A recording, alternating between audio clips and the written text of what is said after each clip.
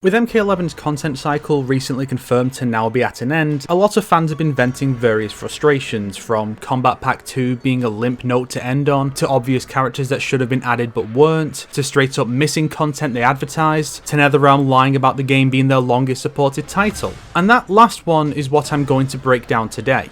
First, what was the statement made? As far as I can tell, since these are all anyone could provide as evidence when asked, we have a comment made by a UI artist and one by Ed Boon mid last year. Ed said they weren't anywhere near done in August, and the other guy said the game would get more support than past titles by a lot. First, it's possible that this was the plan before the whole WB might be selling their entire gaming division debacle earlier this year, and Netherrealm are either being their usual "we suck at communicating with our fans" selves, or are under NDA over the situation. If WB really were considering selling their gaming division, presumably over profitability, I can easily see Netherrealm being forced, or deciding themselves, to stop adding content to a game they've already sold to us, in favour of working on a brand new game they can sell to us to keep WB's pockets lined and ensure their continued partnership. But, of course, we will likely never know for sure.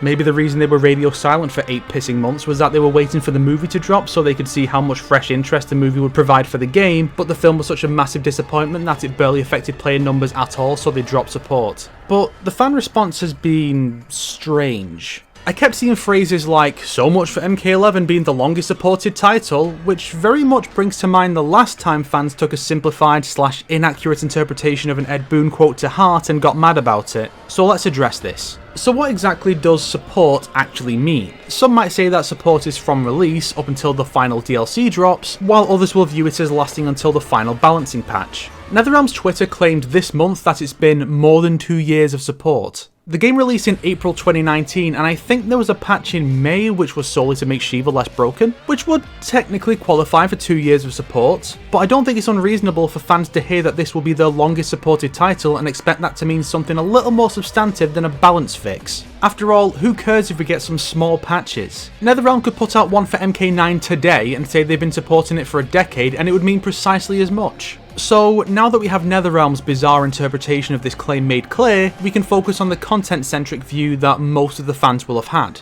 So, how true is it? Well, Combat Pack 2 released back in November, just over a year and a half since launch. A week later, the movie skin pack released, with the individual KP2 characters being available a day later. So MK11's content ranges from the 23rd of April 2019 to November 24th or 25th, 2020, depending if you count repackaging of KP2 assets. MK9 was supported from April to August 2011, 4 months. Some might count the Vita release because of its extra content, but I view that as like saying MKX Mobile getting some exclusive costumes after KP2 counts as MKX support.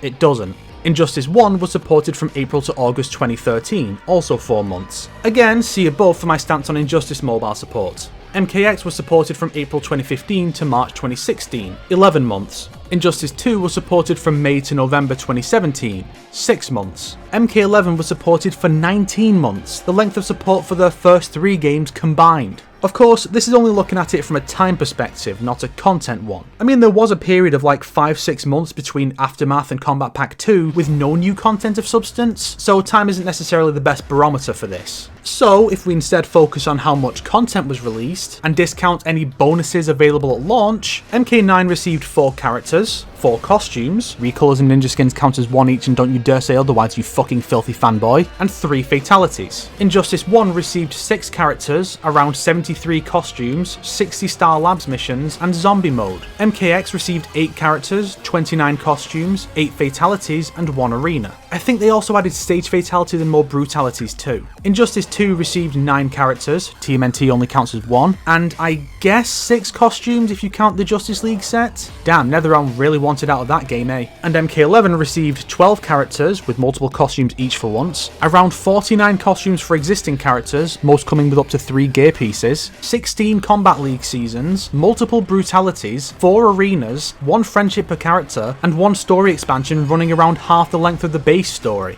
So, someone please explain how the game did not receive the most support of any proper Netherrealm game. Maybe some people think about esports support, but I just don't think that's what they were talking about. The best I can figure is that people just assumed on their own that the support would be comparable to other modern fighters like Street Fighter V and Tekken 7, even though there was nothing in the statements to support this idea, and it goes completely against Netherrealm's business strategy. Sure, tacking on another 6 months is unusual for Netherrealm, but you can't expect them to dedicate like 5 years to working on one game, especially when this same team also makes the highly profitable Injustice series and has plans for a new IP. You know, Capcom and Bandai Namco can afford to keep an entire team focused on one game because they have so many other internal developers and numerous publishing opportunities, while Netherrealm is just the one team within WB who have to mostly support themselves. Honestly, I think people getting mad about it for this reason are kind of unreasonable, but then again, MK's community is easily one of the worst in fighting games, so... Of course it's all irrelevant anyway, because we all know Netherrealm's actual longest supported game is MK Mobile, which has been continually getting new content since 2015. If you liked this video, why not subscribe and support me on Patreon like these fine people here? If not, then make sure to share it with your enemies so they can suffer along with you. Today's recommended videos are my own videos on the numerous very obvious additions Netherrealm failed to include. Also, since they revealed the game with a UMK3 Scorpion that isn't in the game, can we sue them for false advertising?